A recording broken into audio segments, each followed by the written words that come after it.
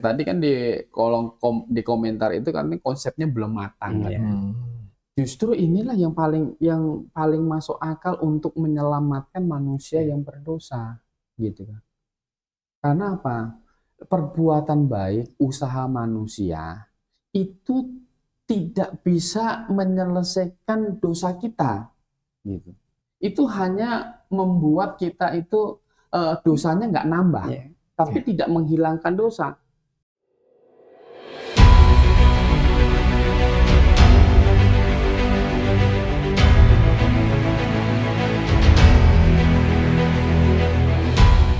Saudara yang dikasih Tuhan, kembali Anda bersama dengan kami, Podcast Kebenaran. Dan video malam hari ini, kami akan memberikan penjelasan tentang satu komentar yang ada di video, salah satu video yang ada di podcast kita, Pak. Sebenarnya video ini judulnya di Kristen Bukankah Agama, di bagian pertama atau di part 1. Jadi komentar ini berasal dari satu akun yang bernama Yono BJ. Mungkin ini bisa disebut pernyataan plus pertanyaan juga. Jadi dia ketik begini, Pak. Konsep yang belum matang, umpamanya kata dia, Yesus menebus dosa manusia ini sangat tidak rasional. Siapa yang berbuat? Kenapa Yesus yang menanggung? Jadi mungkin ini dari pemahaman iman yang berbeda dengan kita, bahwa mereka tentu percaya bahwa setiap manusia ini memiliki kewajiban untuk menanggung segala dosanya lewat perbuatan dia, amal dia, dan segala macam. Dan memang konsep iman ini memang saya pikir banyak orang yang pegang seperti ini, berbeda dengan Alkitab ajarkan. Jadi dia bertanya, kenapa yang berdosa itu orang, lalu jadi Tuhan yang tanggung? Oke. Silakan Pak Gembala Kurnia bisa bahas ini sesuai dengan apa yang dikatakan Alkitab. Ya, namanya saja kan ditebus. Gitu. Ditebus. Kenapa ditebus? Karena memang manusianya nggak bisa menyelesaikan dosa itu dengan sendiri. Makanya ada janji akan datang penebus. Adam itu kan mendapatkan janji itu. Artinya konsep keselamatan yang Alkitab ajarkan adalah bukan manusia yang lakukan itu sendiri, bukan, tetapi ditebus langsung oleh Allah. Ditebus oleh langsung. Tebus itu gini, artinya hukuman yang harusnya dijatuhkan kepada yang bersalah itu. Itu ditimpakan atau diterima oleh yang lain. Gitu. Oleh pihak lain. Nah, pihak lain ini adalah Allah yang menjadi manusia, ya Yesus Kristus itu, kan begitu. Kenapa harus Allah, Pak? Kenapa nggak harus manusia sendiri, kan gitu? Kan yang berdosa kan manusia. Makanya di Perjanjian Lama, kan sebelum Yesus datang, mereka disuruh melakukan ibadah simbolik, yaitu domba itu, Pak. Nah, ini. Iya, pertanyaan selanjutnya adalah, kenapa harus Allah? Kan yang berdosa kan manusia, ini kan pertanyaannya begitu kira-kira, Pak. Ya kan manusianya ini, manusia ini tidak bisa menyelesaikan dosanya sendiri. Walau saya harus berbuat amal. Betul. Kenapa? Karena kalau hanya berbuat amal, itu tidak bisa menghilangkan dosa yang sudah dibuat.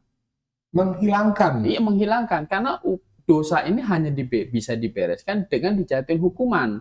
Kan begitu. Bukan artinya, kan misalkan saya berdosa nih, berbuat dosa, perbuatan dosa saya sekian, terus saya tutup pakai perbuatan saya, nggak bisa, perbuatan baik. Tidak bisa hilang, gitu. Perbuatan dosa yang pernah dilakukan itu kan tidak bisa hilang.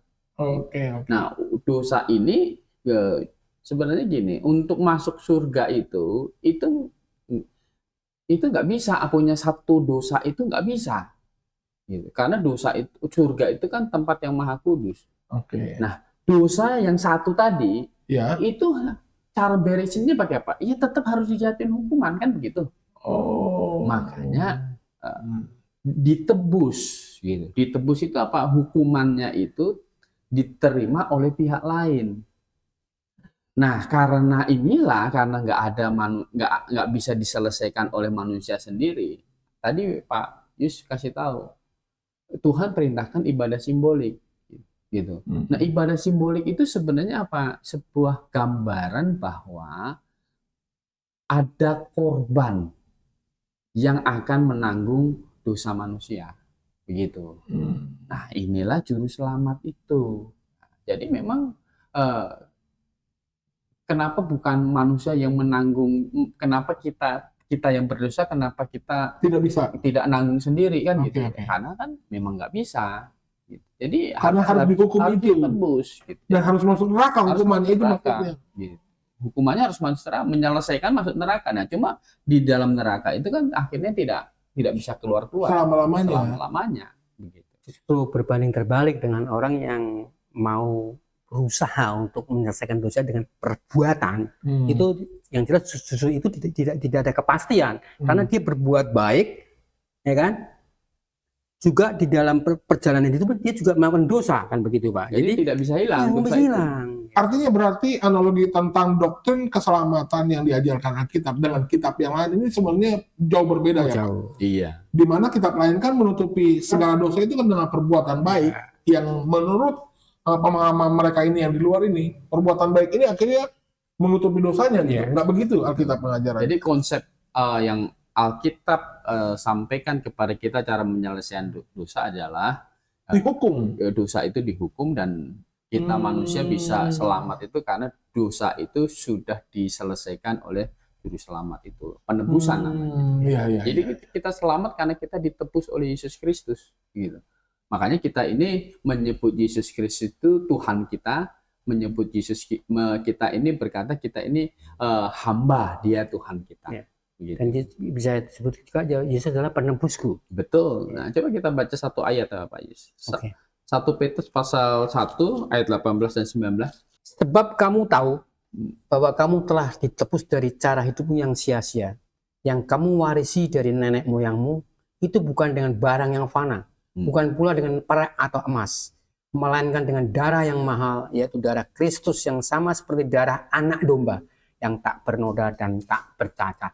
Ya. Jadi darah mahal yaitu darah Kristus ya, yang sama seperti darah domba yang tak bernoda dan tak bercacat. Jadi memang ditebus, gitu. Kita ditebus. Gitu. Kenapa? Karena memang kita nggak bisa menyelesaikan dosa kita sendiri. Kalau kita mau menyelesaikan dosa kita sendiri, nggak mau ditebus oleh Yesus Kristus, ya akhirnya akan masuk neraka. Begitu. Karena penyelesaian dosa, itu dosa hanya bisa selesai kalau dosa itu dijatuhi hukuman. Gitu. Dan hukumannya ditanggung Yesus. Betul. Ini kan sebenarnya diterapkan di dalam hukum dunia ini. Maksudnya? Bahwa kalau orang berdosa, bersalah, gitu kan, dibereskannya kalau itu dijatuhin hukuman. Misalnya gini, orang ketangkep nyolong ayam, hakim vonis jeder 3 bulan, Januari, Februari, Maret, berarti akhir Maret kan dia selesai kan, dia keluar, maka dihitung kalau hukuman salah nyolong ayam itu sudah selesai karena dia sudah dijatuhin hukuman kan 3 bulan. Gitu, divonis 3 bulan selesai kan gitu, maka dia udah nggak dianggap akan dihukum lagi yang nyolong ayam ini lagi karena kan sudah selesai kan gitu. Nah sekarang begini, Yesus Kristus mati di atas kayu salib, mati menanggung hukuman dosa seisi dunia. Kenapa bisa selesai? Ya karena hukuman yang paling berat itu kan mati. Iya, ya kan? Dosa yang paling berat itu adalah hukuman yang paling berat mati. Ya kalau sudah dihukum mati, nggak ada lagi hukuman yang lebih berat dari mati. Nah Yesus Kristus itu menanggung hukuman seisi dunia, maka hukumannya berat, yang paling berat ya mati. Gitu. Cuman dia berkuasa untuk bangkit, Pak. Ya, dia bangkit karena dia adalah Allah. Kalau kita nggak berkuasa untuk bangkit, kita kalau nanti udah kelar. Ya kan begitu. Nah, jadi Yesus mati di atas kayu salib itu sebenarnya membuka jalan manusia untuk ke surga. Jadi siapapun yang akhirnya percaya, bertobat percaya kepada Dia, gitu. Jadi dihitungkan hukuman atas dosa dia itu sudah ditanggung oleh Yesus Kristus, artinya ditebus, hukumannya itu ditimpakan kepada Yesus Kristus, gitu.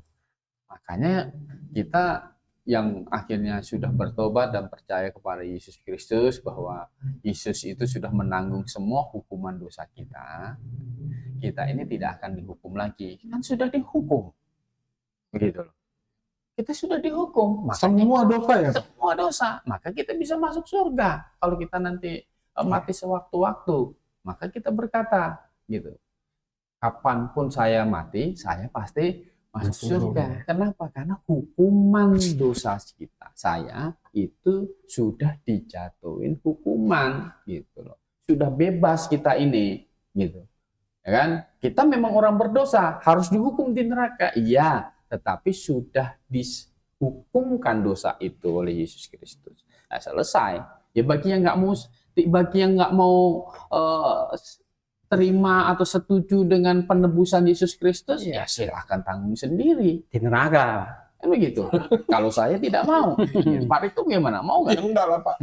Justru Ampun. konsep penebusan inilah Pak, itu kita bisa memiliki kepastian masuk surga. Tapi kalau konsep kita untuk masuk surga lewat perbuatan kita, itu makanya tidak bisa memastikan diri itu masuk surga. Tapi karena konsep penebusan itu bisa pastikan bahwa kapanpun saya mati, Pasti saya masuk surga. Itu. Jadi bukan kayak tadi kan di kolom di komentar itu kan konsepnya belum matang. Iya. Justru inilah yang paling masuk akal untuk menyelamatkan manusia yang berdosa, gitu kan. Karena apa? Perbuatan baik, usaha manusia itu tidak bisa menyelesaikan dosa kita, gitu. Itu hanya membuat kita itu dosanya nggak nambah, tapi tidak menghilangkan dosa. Karena apa? Dosa itu harus dibereskan dengan penghukuman, kan gitu. Harus dibereskan dengan penghukuman. Dosa sekecil apapun harus dibereskan dengan penghukuman. Kalau sudah dihukum sudah selesai, kan gitu. Nah sekarang hukuman di neraka itu kan selama-lamanya. Jadi bereskannya kan selama-lamanya, begitu. Maka saya nggak mau.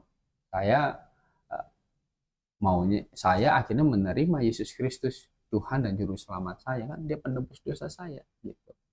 Maka bagi saya Yesus itu adalah Tuhan, Yesus itu adalah pemilik saya, Dia sudah membeli saya dengan harga yang sudah lunas dibayar. Pak Riko ini kan mengerti hukum kan? Iya. Nah, bisa nggak misalkan orang bersalah, jebret, tok palu, masuk penjara 3 bulan, terus saya datang, saya sebagai orang tuanya saya datang nih, anak saya jangan masuk jaminannya saya, bisa nggak begitu? Hukum bisa. Ya seperti itulah penebusan. Kenapa nggak masuk akal? Betul. Masuk akal. Jadi ditebus, Alkitab bilang itu bukan dengan barang yang fana, tapi dengan darah yang mahal. Makanya salah satu bukti orang sudah betul-betul menginsafi, bertobat dari dosa dan percaya Yesus itu adalah Tuhan, penebusnya, dia pasti mengasihi Yesus. Gitu. Bukan sembarangan ya Pak, mentang-mentang udah masuk Islam gitu ya. Betul, dia pasti mengasihi Yesus Kristus. Dia saya yang harusnya dihukum, tetapi dia menggantikan hukuman dosa saya. Dan itu membuktikan kasih Allah kepada manusia. Betul. Hanya bisa menebus dosanya. Ini kalau misalnya Adam dan Hawa bisa lewat usaha dia masuk surga, maka Allah tidak menjanjikan juru selamat untuk dia, gitu. Karena kan sebelum juru selamat itu datang diperintahkan ibadah simbolik, potong korban itu. Artinya apa? Saya yang berdosa, nanti ada korban dari dosa saya. Seperti domba disembelih. Seperti domba ini disembelih.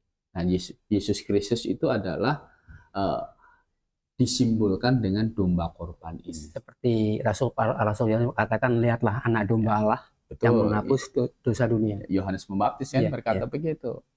Inilah dia anak domba Allah yang menghapus dosa dunia. Luar biasa. Karena apa? Adam nggak bisa masuk surga lewat usaha sendiri. Kalau bisa pasti perintahnya beda ya Pak? Ya, kalau bisa baik-baiklah Adam. Baik-baiklah Adam. Nggak bisa. Adam jangan curi. Kamu berbuat amal. Tapi amal ada siapa? Adam mau hidup masih sendirian Pak. Iya betul. Beramal kepada siapa? Adam masih sendiri. Betul. Jadi memang harus ditebus. Nggak ada cara lain. Baik.